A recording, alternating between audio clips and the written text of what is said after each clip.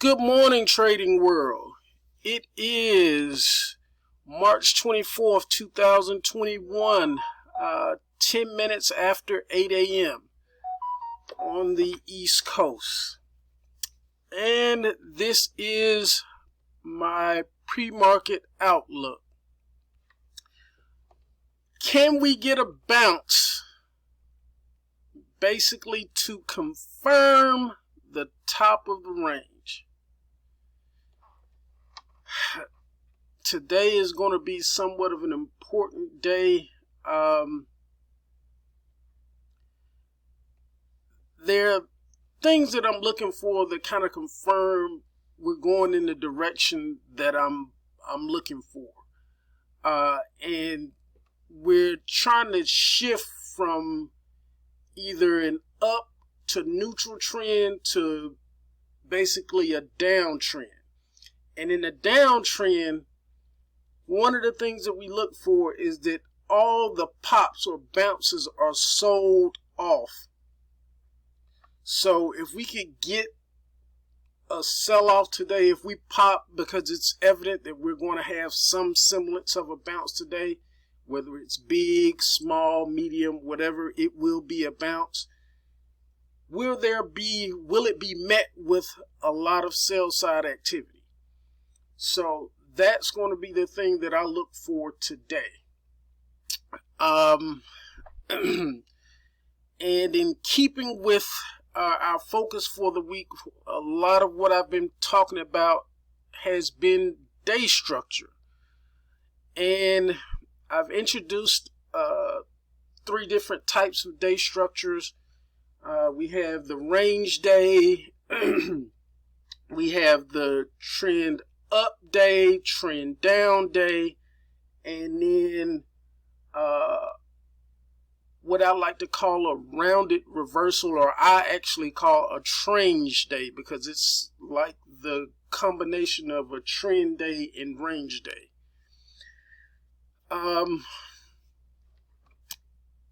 At the last minute, a couple things hit me. In order for us to get that sell side activity, one of the likely things today that we would look for would be that rounded reversal, or again what I like to call a range day. And it starts off just like the trend up day. To give us a little more detail before I get in the charts, this is somewhat of a diagram of a trend day. And with the trend day, the first thing that you notice, we have to have like a strong overnight session where it's up, and then the next thing, these are all things that you notice before the open. When you come in and you do your pre-market, your due diligence, things that you pay attention for before the session begins. But you have to get a gap here. And once you get that gap, that kind of puts in mind that it's possible to have a trend day. And the first hour of the trend day, you get this up move, but there's a likely where we try to retest or close the gap, where we go back and try to fill that gap, but there's a failure to do so, and then we get that takeoff up. And pretty much for the better part of the day, it's almost a straight up move. And that's pretty much the trend day. And as you notice here, how the tick gaps up as well. And it kind of holds in this extreme range. That's the basic diagram of a trend day. So keeping in mind how that may play out, one of the more important outcomes today will more likely be that rounded reversal, or what I like to call a change day. And I'm sorry, it seems kind of blurry for some reason, but this is the diagram of a rounded reversal. And you can kind of see where it gets its name from. It starts out similar to the trend day, where we have this open gap. First hour is straight up pretty much, and somewhere around 11, 12, midday, whatever it may be, we get this reversal. And all day, one thing that kind of clue you in early on this rounded reversal day is the internal tick, and it will diverge the whole time, where price will be headed up, but tick will be headed down, diverging from price. And then at some point in the day, we get the big tick, the we like to maybe call it a tick off. But this change here happens, and that's when you notice price start to catch up with what the internals have going on. And we get this large reversal where it takes out pretty much most of the gains that you had during that morning session. So those are the likely scenarios that we have going today.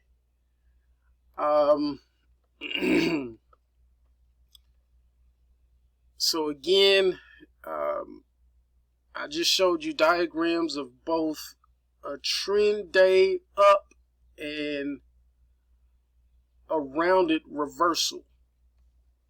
Now, let's go to the charts for the outcomes of today. And today we have 4 different outcomes that are possible.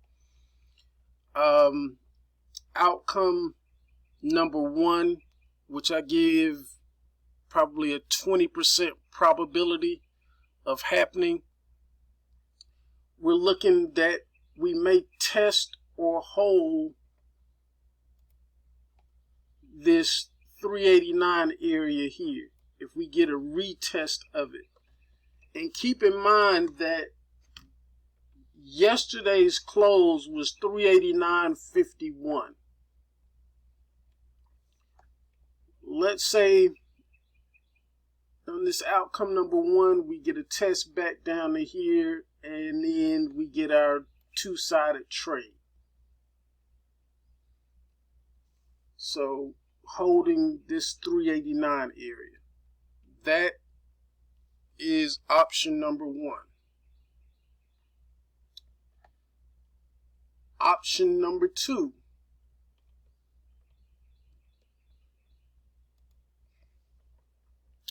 Option number 2 has about a 10% probability, or I give a 10% probability of happening. And it's pretty much where we get just more consolidation. We have an established area of this 393 and this 388 of being the top and bottom of the range. And we basically bounce in between those areas for the day. That's a possibility of which I give a 10% probability, is this consolidation, while we kind of build up the energy to break out higher or lower. Now, getting into the day structures that we just talked about, it is possible that the number 3 outcome, which I give about a 30% probability, is for us to have a trend up day. And in a trend up day, I'm going to point out several things that kind of clue us into this trend up day. One is that we have a rather strong overnight session where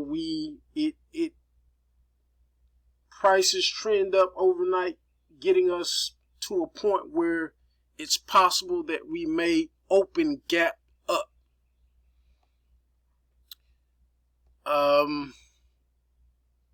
Another thing that gives us a clue that it's possible for us to have a trend up day. It is an expiration day today. So with expiration days, a flurry of movement always seems to find us on expiration days. So that could be the fuel for us to get that lurch straight up. So those are the things that we kind of look for pre-market.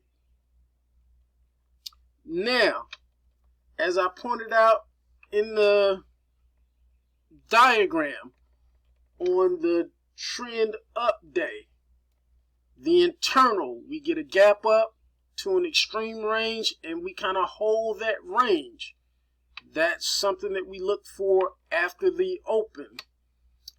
And then the next thing that we look for after the open, we had a close yesterday of 389.51. So let's say 389.51 is in this area. We're going to look at some point to give a half-hearted try back to try to fill that gap, and then a takeoff. That's how a trend day should look. So we'll give this half-hearted try to fill this gap, and then we get a takeoff to the upside. And the target for a strong trend day should be somewhere around 394 or better. All right. Now, outcome number 4, in which I give the strongest probability today, which has a 40% probability of, in my eyes, happening, is that we get the rounded reversal. The rounded reversal is pretty much everything that I just went over with the trend day up. All of those same things. We have the close here at 389.5. Maybe not even a half-hearted try to get back to 389. It's possible that we could just take off. And we could take off, and we're going to get to a point either somewhere around this 394 area, 393, 394 area, where things will stall. And we're going to get this rounded reversal that's going to take out pretty much all of the gains that we had in the morning session. So that's going to be the thing to look for.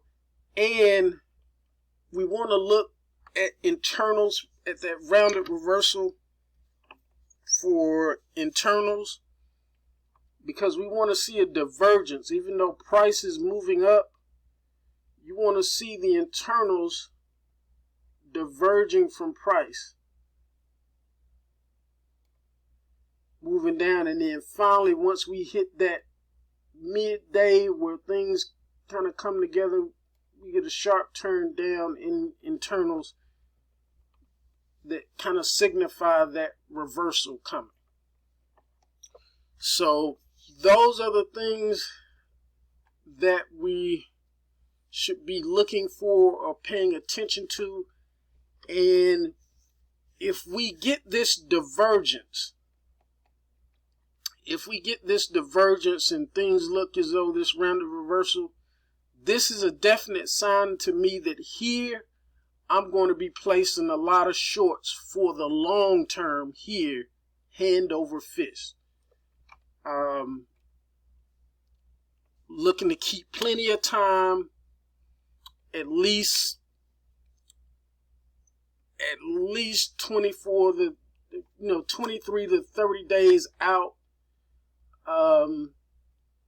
At this point, Delta can be 50, 60, somewhere around that 50, 60 range, because we want to have a little bit of play just in case we're off a little bit. That gives us, with that delta around that 50% range, it gives us more play on our bracket. If you put an OCO bracket on and you give yourself a stop loss of about $100, that $100 at a 50 delta is going to give you a lot more play to the upside than trying to get in a 70 or 80 delta with a close expiration. So those are the things that I'm going to be looking for today.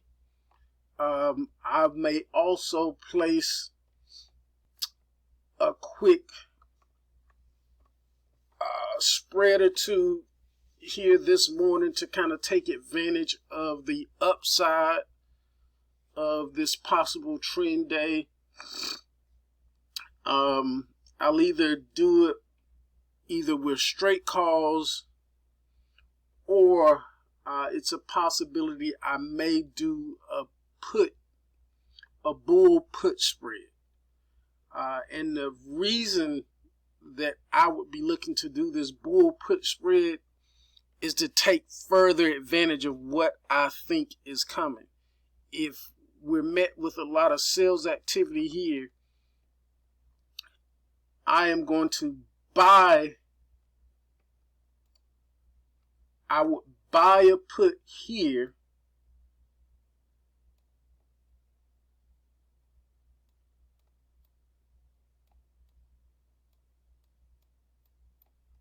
and then I'm going to sell a put here.